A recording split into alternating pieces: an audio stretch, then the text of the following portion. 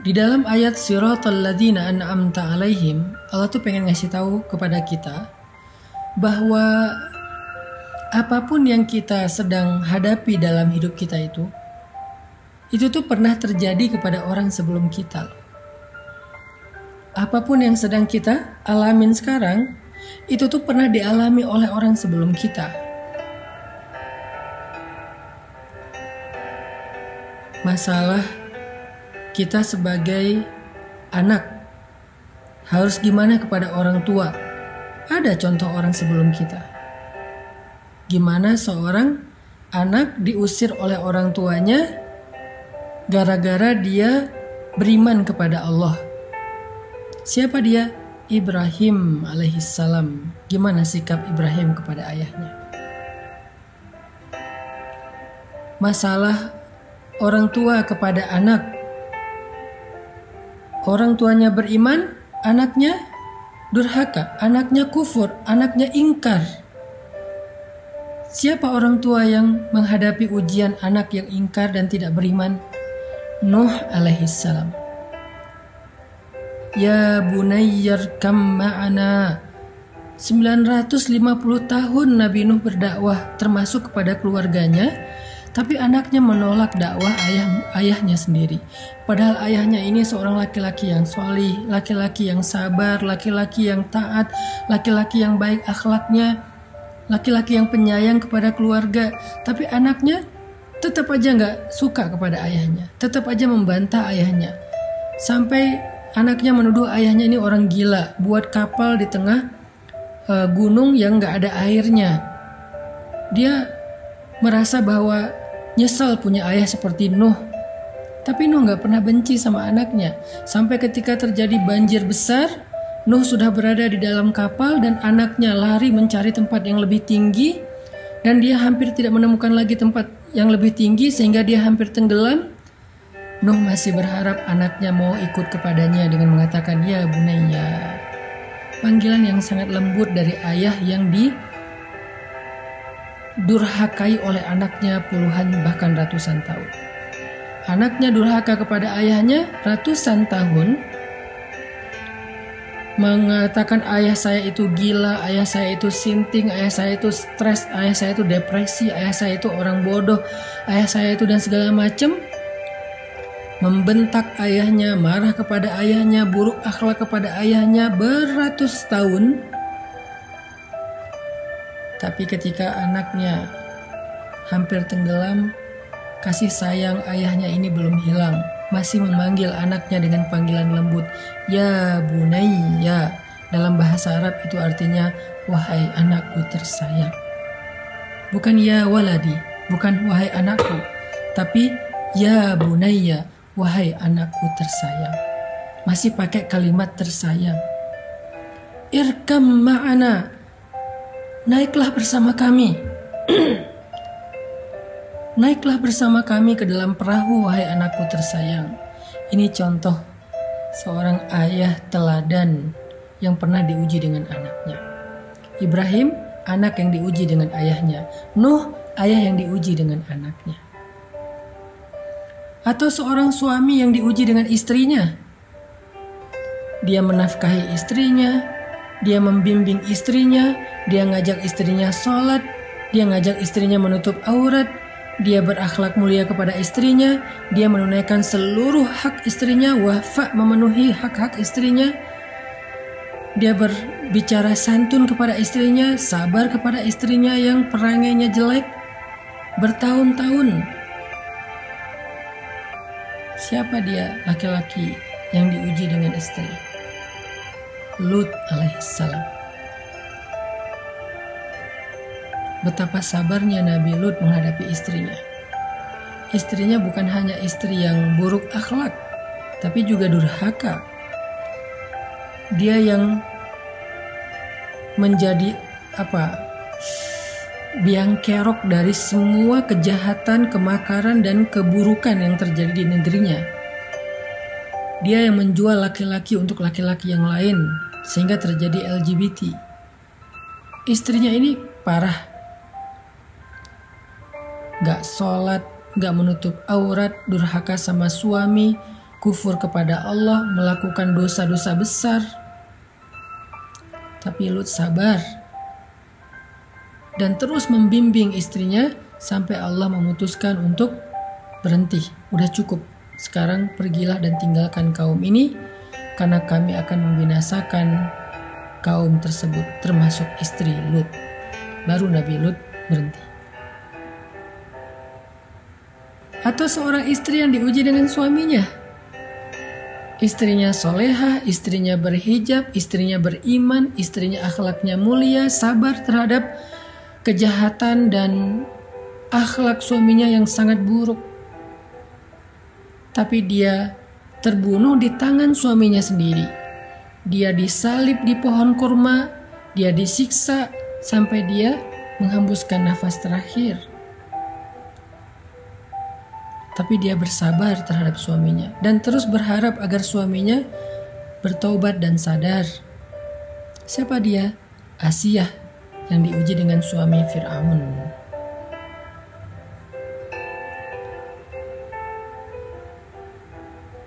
Jadi semua masalah yang kita pernah alamin dalam hidup ini, semua ujian yang sedang kita alamin dalam hidup ini, itu tuh udah pernah dialami oleh orang sebelum kita.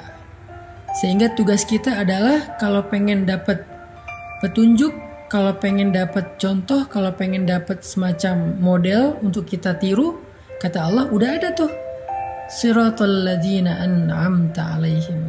Apa masalah kamu? Ya Allah, saya punya masalah dengan orang tua, belajar dari Ibrahim. Ya Allah, saya punya masalah dengan anak, belajar dari Nuh. Ya Allah, saya punya masalah dengan istri, belajar dari Lut. Ya Allah, saya punya masalah dengan suami, belajar dari Asiyah. Ya Allah, saya punya masalah sebagai jomblo, cowok, banyak godaan dari cewek-cewek sekitar saya di kampus, di tempat kerja, belajar dari Yusuf. Ya Allah, saya seorang jomblo, perempuan, cewek, dan banyak masalah, banyak ujian dari cowok-cowok yang ngegodain saya, belajar dari Maryam. Ya Allah, saya pengen ta'aruf tapi gak tahu caranya, belajar dari Musa dan calon istrinya. Ya Allah, saya punya anak tapi gak tahu cara mendidiknya, belajar dari Zakaria dan Yahya. Apa masalah kita? Ya Allah, saya hampir bercerai, suami saya mentalak saya, talak satu, gimana cara mengislahnya, belajar dari surat At-Tolak ketika Nabi mentalak Hafsah. Ya Allah, suami saya suka ngata-ngatain saya yang jelek-jelek, belajar dari curhatnya seorang perempuan di dalam surat Al-Mujadalah atau Al-Mujadilah, Khawlah bintu Tha'labah. Ya Allah, orang ngomongin saya di sosial media, orang berbisik-bisik tentang saya di grup, mereka bikin grup baru dan ngomongin saya di grup sebelah, belajar dari surat An-Nur tentang haditsul ifki, pembicaraan rahasia. Ya Allah, istri saya suka cemburu dan menyusahkan saya sebagai suami, belajar dari surat At-Tahrim. Apa masalah kita? Semua masalah kita itu udah ada contohnya, karena mereka pernah mengalami persis seperti yang kita alami. Jadi kita nggak sendiri.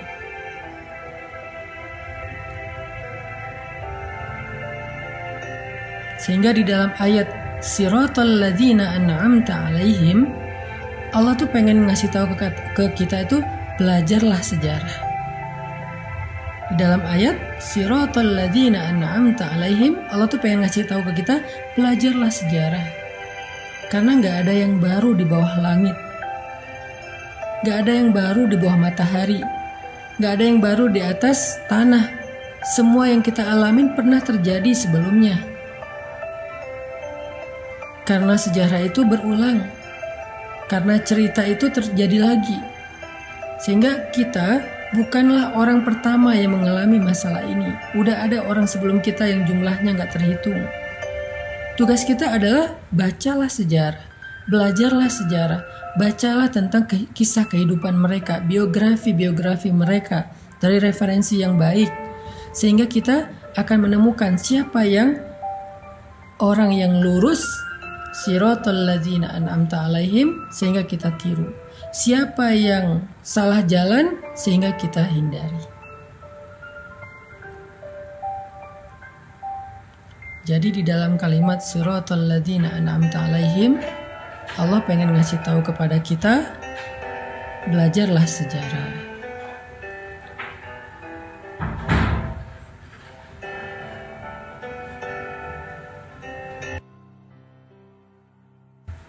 Allah pengen ngasih tahu kepada kita, belajarlah sejarah.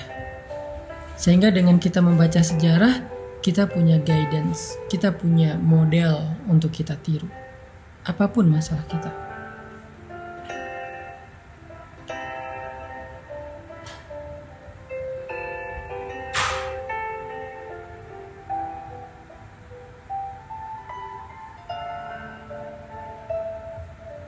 Gak ada yang baru. Gak ada yang baru. Semua yang kita alamin pernah dialami oleh orang sebelum kita.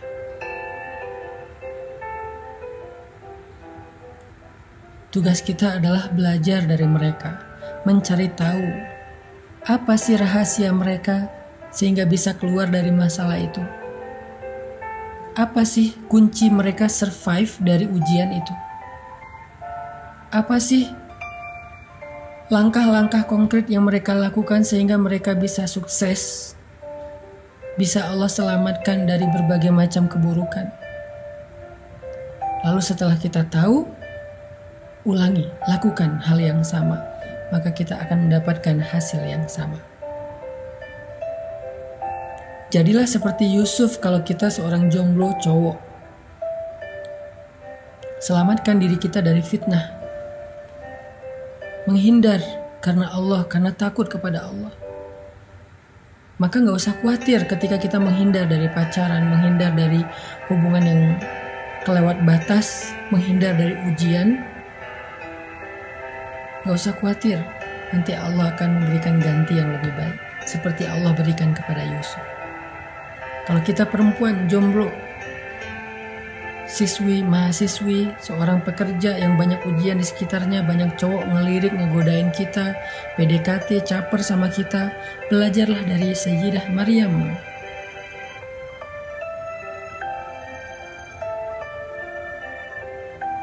Yang mengatakan sesungguhnya aku tidak kenal laki-laki. Dan aku bukan perempuan yang suka merendahkan diri dengan perbuatan dosa. Yang membatasi dirinya, walaupun bukan berarti kita nggak boleh bergaul, tetapi intinya adalah jangan berlebihan. Dan gak usah khawatir menjadi orang yang membatasi diri sebagai perempuan. Allah akan muliakan kita seperti Allah muliakan Sayyidah Maryam, seperti Allah muliakan istri Nabi Musa, seperti Allah muliakan Sayyidah Khadijah. Ya, Sayyidah Khadijah, perempuan yang menikah di usia 40 tahun baru dapat suami yang benar. Sebelumnya, suaminya wafat, nikah wafat. Dan bukan suami yang beriman, bukan suami yang spesial, walaupun mungkin orang baik. Karena Khadijah aslinya orang baik.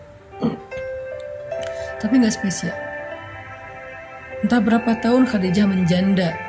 Di usia 40 tahun, harusnya seorang perempuan itu merasa semakin khawatir, semakin panik, apakah mungkin di usia itu masih punya jodoh, apalagi seorang jodoh itu masih single, baik, soleh, terkenal, tajir, mungkin dapat seideal itu di usia 40 tahun. Belajar dari Sayyidah Khadijah, jangan berputus asa, jangan pesimis, perbaiki aja diri kita, nanti Allah yang akan memperbaiki calon jodoh kita. Sehingga di usia 40 tahun Allah berikan kepada Khadijah seorang suami yang lebih muda 15 tahun dari beliau. Bukan hanya lebih muda, kalau bahasa kita berondong, bukan hanya lebih muda, tapi solih, tajir, Nabi pula, kekasih Allah, ideal banget. Secara fisik sempurna. Jadi kalau kita pengen seperti Khadijah yang dapat suami seorang Rasulullah SAW, maka jangan cuma baca sejarahnya, jangan cuma tahu kisahnya, ikutin. Apa yang kita nggak punya contoh? Semua masalah kita itu udah ada contohnya.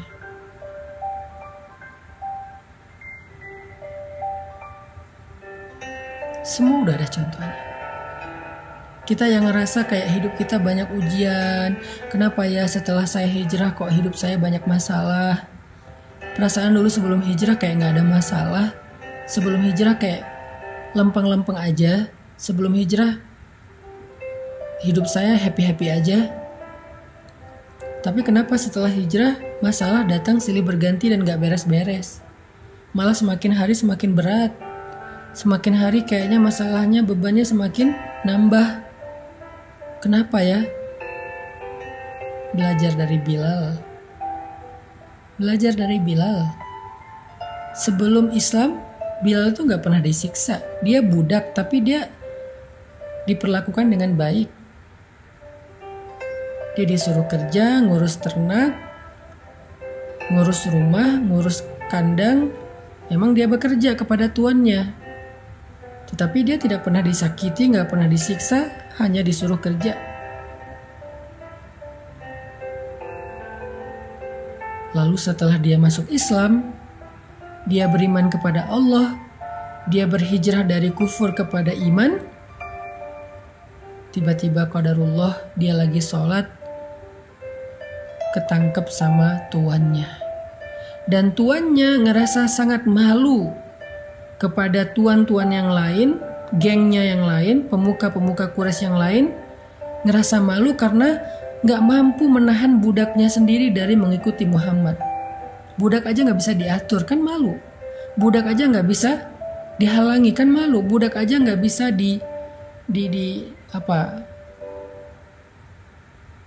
dikontrol gitu.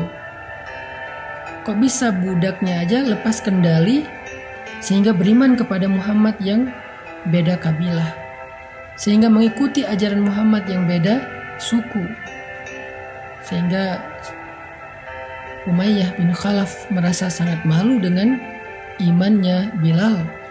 Dia dituduh gak becus sebagai tuan, dia dituduh gak bisa menguasai budaknya, dia dituduh bukan seorang leader sejati, dan berbagai macam perlakuan mempermalukan dia.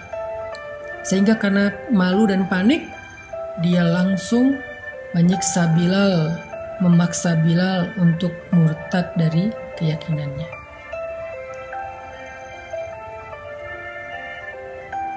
Bilal mendapatkan siksaan justru setelah Islam. Apakah Bilal mengatakan ini gara-gara saya beriman, saya hidupnya jadi susah? Gak pernah Bilal ngomong kayak gitu. Apakah Bilal mengatakan, ya Allah, apa maumu? Setelah saya beriman, kenapa engkau beri saya ujian, bukannya diberi kenikmatan dan kebahagiaan? Gak pernah Bilal ngomong kayak gitu. Apakah Bilal mengatakan, ya Allah, saya nyesel udah beriman, tahu gini saya gak akan mau masuk Islam? Gak pernah terbersit sekalipun kayak gitu. Gak pernah Bilal berpikir bahwa hidupnya menjadi susah karena Islam. Gak pernah Bilal berpikir dia menyesal dengan keimanannya. Gak pernah dia ngerasa bahwa masalah dia itu justru setelah dia mendapatkan hidayah. Enggak pernah kayak gitu.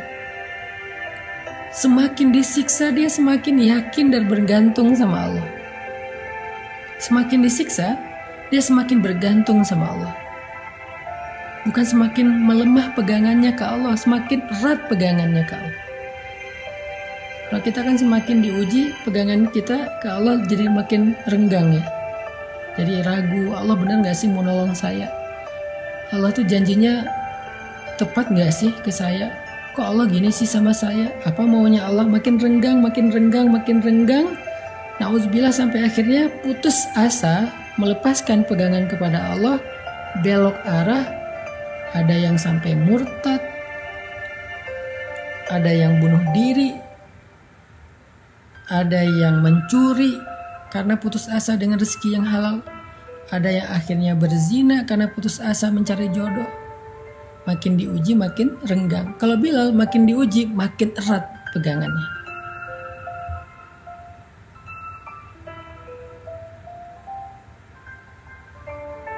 Makin diuji makin bergantung kepada Allah.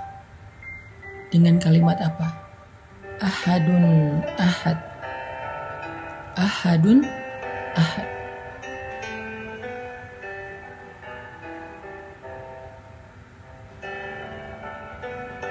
Cuman Allah satu-satunya. Gak ada yang lain. Yang saya yakin, yang saya sembah, yang saya tunduk, yang saya bergantung, yang saya berharap. Ahadun ahad. Makin disiksa, makin ahadun ahad. Jadi buat kita yang setelah hijrah merasa banyak diuji, belajar dari Bilal. Coba ikuti, teladani sikap Bilal supaya kita mendapatkan kebaikan hasil terakhir dan yang sama dengan apa yang dialami oleh Bilal. Apa kebaikan yang didapatkan oleh Bilal di akhir cerita itu setelah dia ahadun ahad sekian lama? Apa kebaikan yang akhirnya Bilal dapatkan? Allah mengutus seorang hamba yang hatinya baik, yang Allah ridho kepada dia, mukmin paling baik di antara semua orang yang beriman setelah Rasulullah dan Khadijah. Orang yang sangat mulia kedudukannya. Allah gak ngutus orang biasa, Allah ngutus orang yang paling istimewa. Akhlaknya istimewa, imannya istimewa, kedudukannya istimewa. Allah utus dia. Kalau Allah mau, Allah bisa aja ngutus Utsman juga orang kaya. Bisa aja Allah mengutus Abdurrahman bin Auf juga orang kaya. Bisa aja Allah mengutus Sa'ad bin Abi Waqqas juga orang kaya. Banyak lagi sahabat-sahabat yang kaya. Tapi Allah pilih dari mereka semua yang paling baik akhlaknya, yang paling baik kedudukan dan kemuliaannya, yang paling baik imannya, Abu Bakar As-Siddiq. Allah gerakkan hati Abu Bakar untuk datang. Allah gerakkan hati Abu Bakar untuk menolong Bilal. Lalu Abu Bakar datang bilang ke Umayyah bin Khalaf, "Ya Umayyah, apa untungnya kamu menyiksa budak seperti Bilal?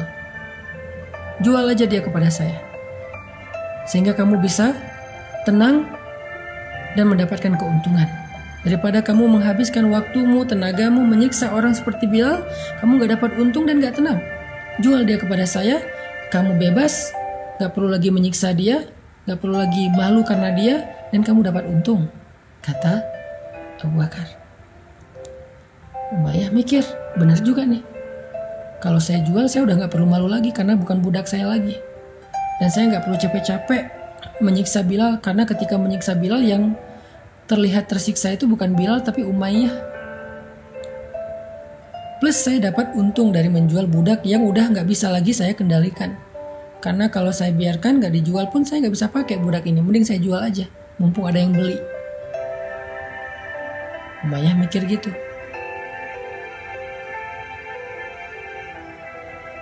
Lalu Umayyah bertanya kepada Abu Bakar, "Berapa kamu mau membeli budak seperti Bilal? Berapa?" Kata Abu Bakar, "Sebutkan saja harganya. Coba."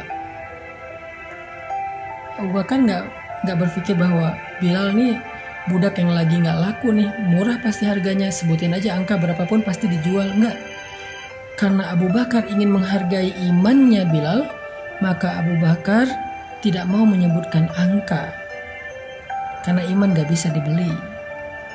Abu Bakar tidak mau menyebutkan angka. Ini cerdas dan bijaksananya Abu Bakar. Kata Umayyah, "Berapa kamu ingin membeli Bilal?" Kata Abu Bakar, "Sebutkan harganya. Sebutkan angkanya. Seolah-olah berapapun yang kamu sebutkan akan saya beli. Saya gak akan menyebutkan angka untuk membeli imannya Bilal."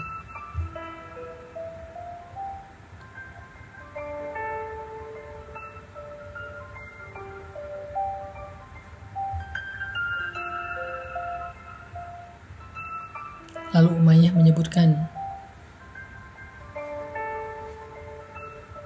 sekian dinar, sekian uqiyah emas, hitungan dalam hitungan orang Arab, yang kalau sekarang mungkin harganya sekitar 700 juta kurang lebih,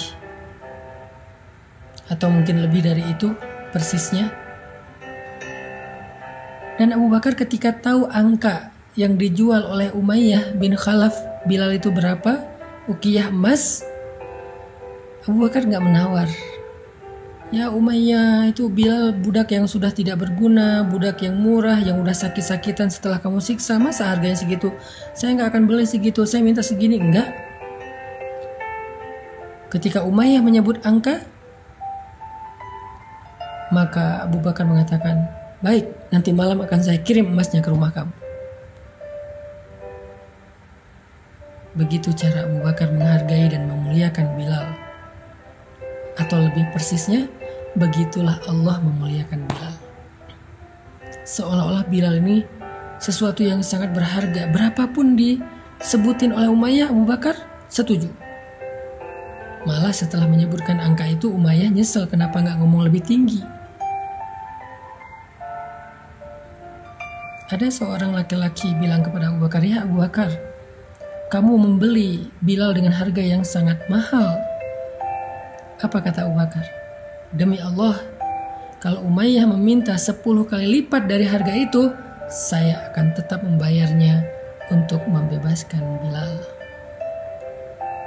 Gak akan saya tawar. Umayyah yang nyesel kenapa nyebut angka segitu, padahal itu udah ketinggian. Nanti malam saya kirim. Lalu setelah akad jual beli, Abu Bakar datang kepada Bilal, melepaskan ikatan Bilal, memberi minum kepada Bilal yang sedang tersiksa kesakitan, membelai rambut Bilal, memeluk Bilal untuk menenangkannya, sebagai tanda bahwa dia udah punya saudara sekarang, yaitu Abu Bakar As-Siddiq. Dia dilindungi oleh Abu Bakar, dia aman, gak usah takut lagi. Kemudian membantu Bilal, memapah Bilal untuk berdiri tegak. Ketika Bilal sudah berdiri tegak, Abu Bakar mengatakan, ya ahla Makkah, ya ma'syara Quraisy, wahai penduduk Mekah, wahai pemuka-pemuka suku Quraisy, ketahuilah sesungguhnya Bilal adalah saudara saya di dunia dan di akhirat, bukan budak saya.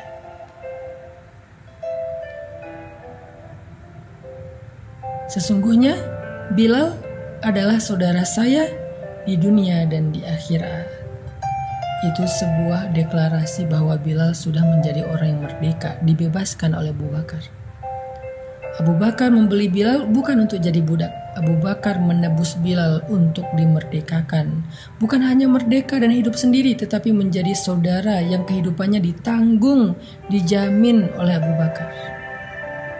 Dan Abu Bakar berharap itu menjadi persaudaraan yang kekal sampai ke surga. Itulah kesudahan yang baik. Itulah happy ending. Itulah pertolongan Allah yang tidak terduga-duga yang Allah berikan kepada Bilal setelah dia bersabar dan bergantung kepada Allah saat-saat dia diuji.